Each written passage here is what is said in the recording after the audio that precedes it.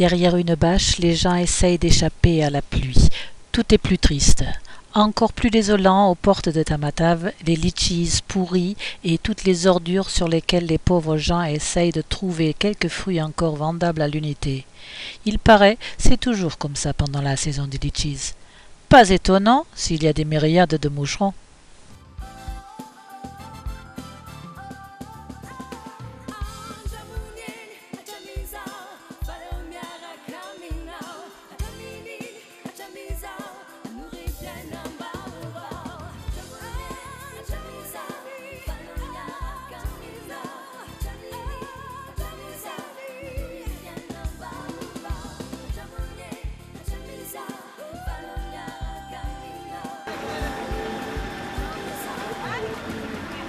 Mais le pire, c'est dans Tamatave même. Le soleil ressort heureusement, mais la pluie a tout inondé. Les gens, les bicyclettes, les pousse-pousse, même des stands. Tout se trouve dans bien 10 cm d'eau. Et avec cela, une foule de gens. Nous sommes ahuris. Ce bâtiment avec les vitres brisées est la mairie de Tamatave. Incroyable pour ce grand port international. Mais ce n'est pas le seul bâtiment complètement délabré. Il y a même pire. Et tout est habité, même par des fonctionnaires importants. La seule maison en bon état est le consulat du Danemark.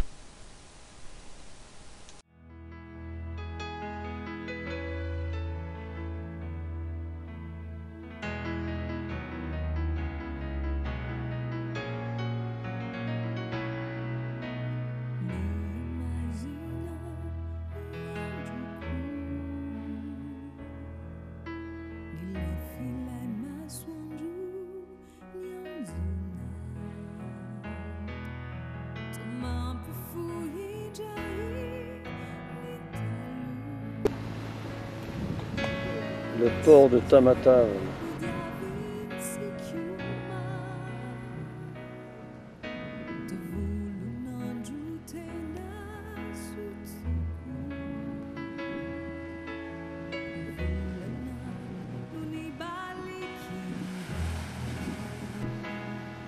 L'île aux prunes.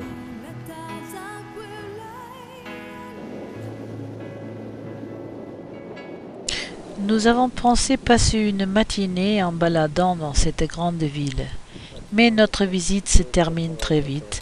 Après avoir longé encore quelques ruines et la route principale le long du port, qui elle est aussi défoncée que toutes les maisons, encore un achat de très beaux fruits, et nous arrêtons pour un repas dans le bateau ivre. Bien sûr, un Français. Le seul endroit refait, on dirait, après le cyclone de 2004.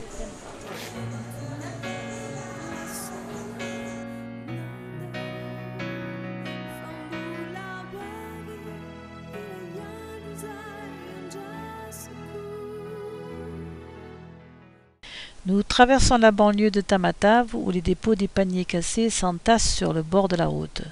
Encore une rivière à traverser. En passant, je vois des petits ananas et nous arrêtons pour les acheter. Et nous sommes assaillis par des jeunes femmes qui veulent à tout prix nous vendre des noix de coco. Puis enfin, arrive le pont militaire flottant. Encore une surprise, car cela n'inspire pas du tout confiance.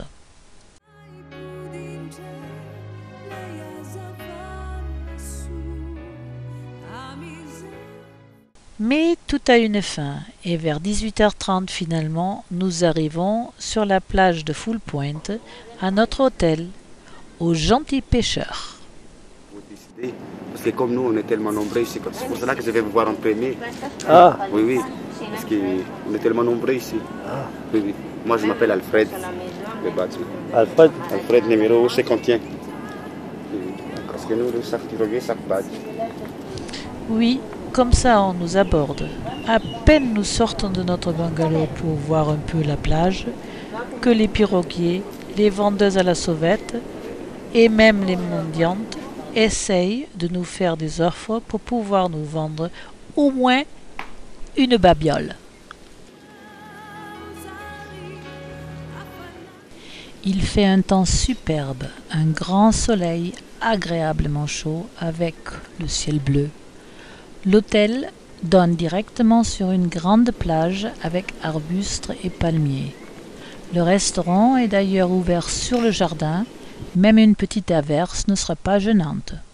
Par contre, tout le monde peut y passer, donc il y a toujours quelqu'un qui se lève de l'ombre d'un arbre pour proposer ou des colliers, ou des fruits, ou des coquillages, ou des excursions, etc.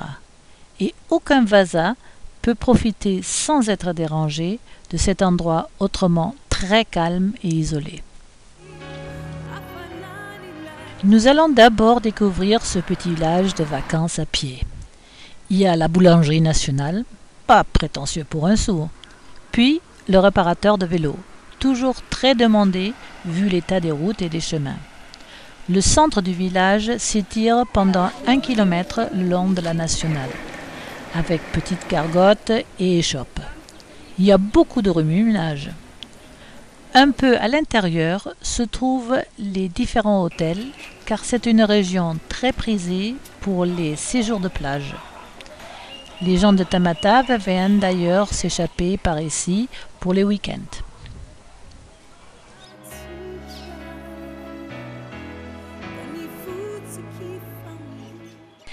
Actuellement, nous rencontrons seulement des animaux qui se prélassent au soleil. La plage par ici n'est pas très propre et nous sommes vite piqués par des petits moucherons très agressifs provenant des pots de litchis se trouvant en décomposition par terre. Il n'y a qu'une chose à faire pour les éviter, se sauver dans l'eau. Alors nous retournons le plus vite possible à la plage de notre hôtel, en passant par des terrains légèrement inondés avec leurs habitants plumés.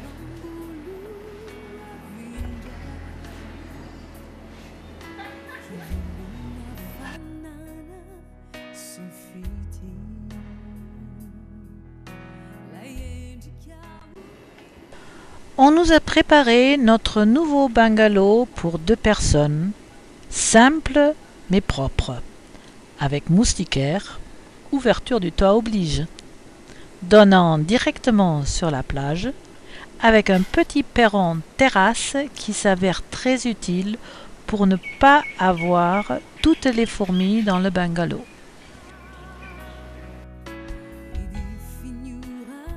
Nous passons l'après-midi dans l'eau à faire une petite pause de récupération et décidons de rallonger d'1 jour notre séjour d'ici.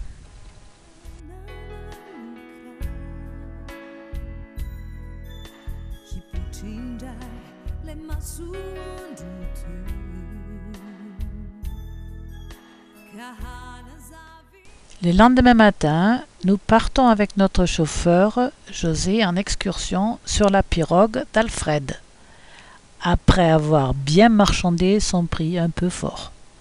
L'eau est cristalline et Alfred nous amène jusqu'à la barre de corail pour nous montrer les différents animaux marins promis.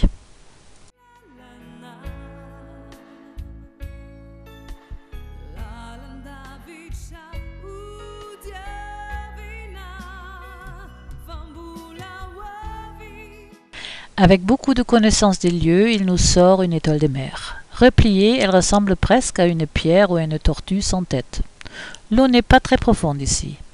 Alfred pousse la pirogue en marchant sur le corail pieds nus, ramasse un corail cerveau, des oursins de mer qui prolifèrent d'ici. D'ailleurs, Claude prend une aiguille dans le pied à travers ses chaussures en caoutchouc quand il sort pour soulager notre pirogue de son poids. Une cigale de mer qui ne pique pas et chatouille plutôt en bougeant posée sur mon ventre. Du corail vivant et mort, puis, avec l'œil bleu, un oursin vénéneux. Heureusement, Claude n'a pas marché là-dedans. Alfred s'applique vraiment pour nous trouver toutes les différentes espèces de corail. Une très belle balade en mer.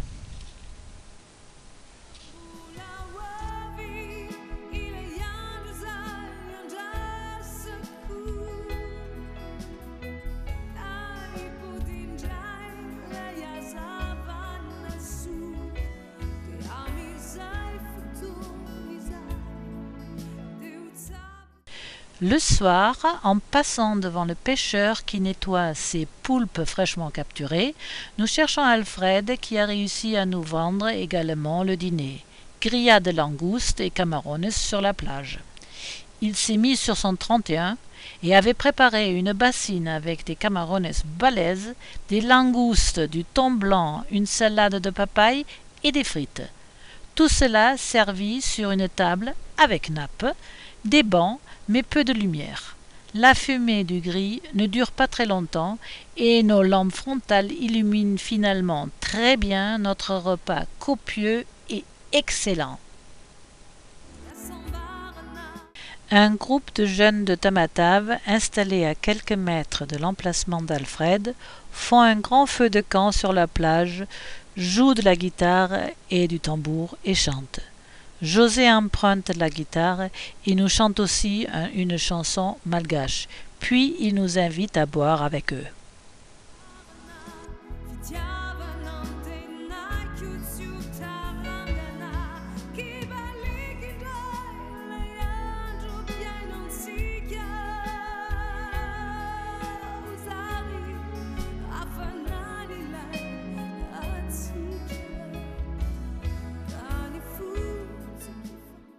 Les lavandières sont toujours fidèles à leur poste et les couleurs des rizières ont maintenant plus de tendance vers tous les tons de vert.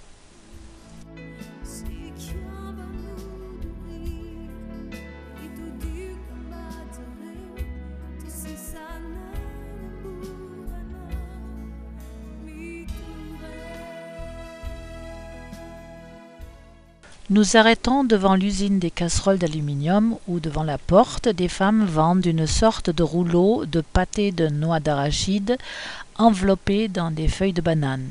Nous goûtons, mais je donne vite ma part à José qui en raffole.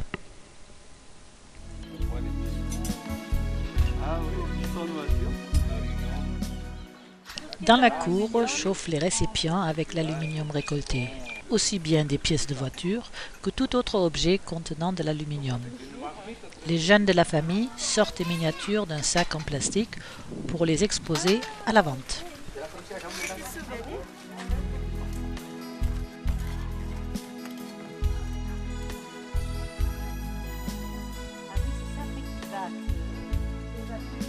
Il va couler,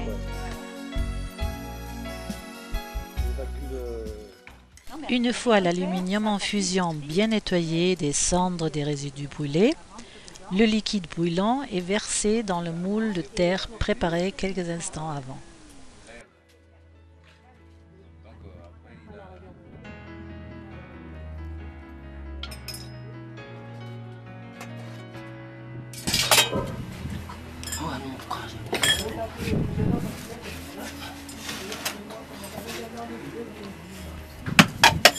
L'avantage, c'est que ça refroidit très vite. Ouais.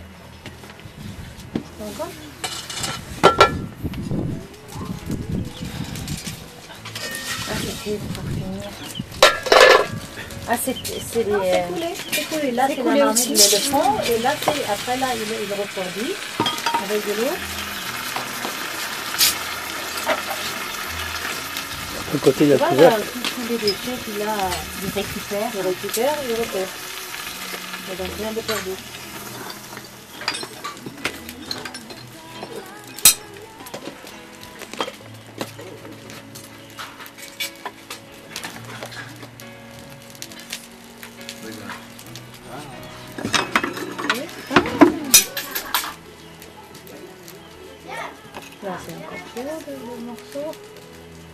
Là, il a tombé là, là.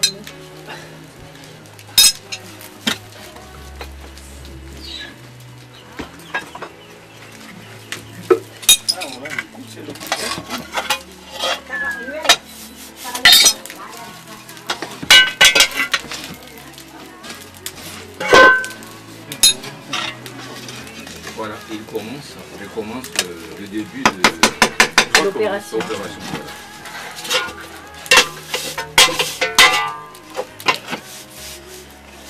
Il tasse. Elle est très fine, hein.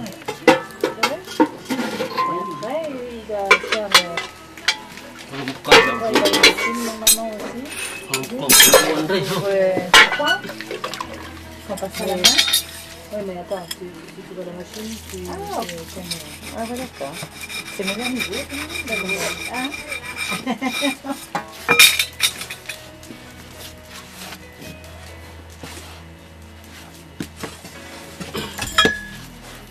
Il faut pas faire maintenant, pour gagner sa vie quand même. La poudre de charbon. Ah, c'est la poudre de charbon. Voilà, le moule là.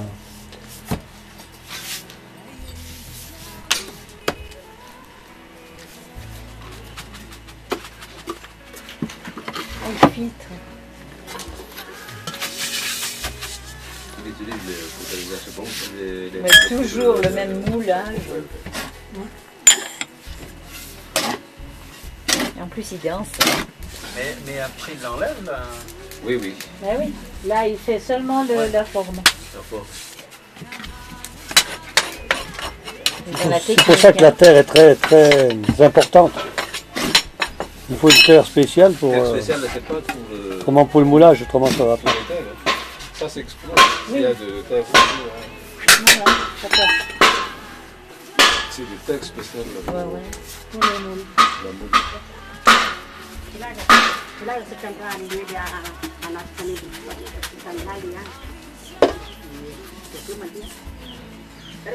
avez la technique, hein, parce qu'il faut pas se mettre les pieds sur les pics.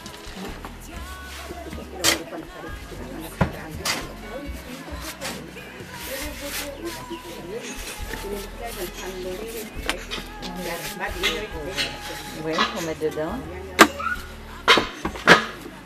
Pour évacuer le tuyau, ça te permet après d'évacuer aussi. Ils sont rapides. Et après, il va l'enlever. Voilà, là il y a le ventre, là il y a le fil.